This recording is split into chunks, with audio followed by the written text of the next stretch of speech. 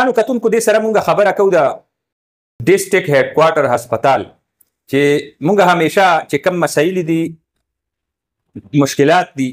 نو هغې باندې ښه دبنګ انداز کې او دلیرانه انداز کې مونږ خبره کړې ده، تنقید مو کړی دی، ځکه چې دا زمونږ ژوند سره تړلې معاملې دي او دا د نوښار دپاره داسې یو حیثیت لري چې د دې نه بغیر زمونږ هر څه نامکمله دي. نو د دغه هسپتال د بجلی جنریټر دې باندې خو مونږ ډېره خبره کړې ده. اوس مونږ ته دا یو اندازه شوې ده چې د هسپتال کې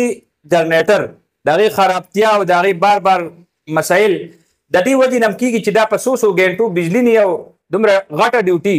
په هسپتالونو کې جنریټر یې نشي کولی. مونږ قاضي میډیکل کمپلیکس کې دا یو تجربه وشوه، تېرو ورځو کې 18 ګنټې بجلي نه وه نو هغلته نتیجه راووته. اوس د ایکسپریس لاین نه دې ته منظوري شوې ده او دې دپاره فنډ هغه هم منظور شوی دی، نو چې هغې څه صورتحال دی او دا زر تر زره کونه غواړي نو دا به د ټول نوښار دپاره مونږ دپاره رحمتي او دا به ډېره غټه منصوبه وي. شاه جي څه حافظ صاحب ډېره ښه خبرې وکړه. مونږ د نوښار څومره اپوزیشن پارټۍ دي او که په حکومت کې دي مونږ هغې ته دا مطالبه کوو چې ټیک ده په هسپتال کې به ډاکټر غیب وي، ټیکنیشن به کار نه کوي، بل به نه کوي، هغه د هسپتال انټرنل مسلې دي، پکار چې هغې اواز به مونږ اوچتو او اوچت کړی پورې. خو چې کوم د هسپتال بنیادي او عوامو سره او ډاکټر سره او د هغې سره تعلق ساتي هغې بهانه موږ چې پیلي نشته نو مونږ دا وایو چې په دې باندې اپوزیشن پارټۍ حکومتي پارټۍ په دې باندې اواز پورته کړي چې کله د ایچ کیو هسپتال به هله ترقي کوي چې دې ته څنګه چې قاضي میډیکل کمپلیکس ته سپیشل ایکسپرس لین راغلی دی چې په کار دی هغه د ایچ کیو هسپتال ته راشي. ولې په ایچ کیو هسپتال کې سرجنان ډېر دي خو یو اپریشن نه کېږي، ارتوپیډک سرجن هغه ارتوپیډک سرجن دی، بیا نیرو سرجن دی، بیا بل سرجن دی، بیا بل سرجن دی، سرجنان پکې پیدا دي اپریشن نه کېږي او هغوی دا بهانه چې کې بجلي نشته هر وخت یې ګنټه په ګنټه پس بجلي نه او هغوی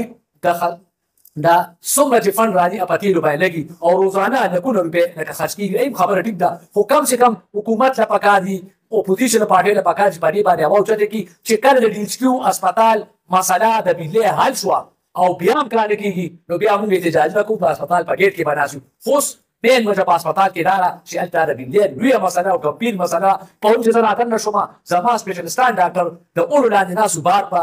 په ګراونډ کې او هغوی مریضان کتو داسې مریضان داسې ډاکټران لیکي چې په ټاس باندې مریض ګوري ولې بجلي نشته او بجلۍ چې موږ خبره کوو نو د ایم ایس اف خبره ټیک ده چې یار بجلۍ موږ صبر د بجلۍ د په اواز کې نشته چې کله بجلي وي او بیا ډاکټر تابان وي یا غیر حاضر ډاکټر اپریشن نه کوي نو بیا به هغه سزا رسوم کوو تاسو بېغمه شئ. خو انشاءالله تعالی د حکومت هم زما په خیال وي چې فنډ ورته یې منظور کړی دی. مونږ به اکسچینج صاحب ته هم دا رابطه کوو، اپوزیشن پارټۍ ته هم دا مطالبه کوو چې هوا اوچت کوي او دا ایکسپرټ لاین چې منظور شي د ایچ کیو مسله به حل شي. ګرانو کتونکو دا ډېره اهمه مسله ده د ډسټریکټ هیډ کوارټر هسپتال کې د بجلۍ حوالې سره او دا زموږ د بحیثیت قوم د ټول قوم که هغه اپوزیشن کې دي او که هغه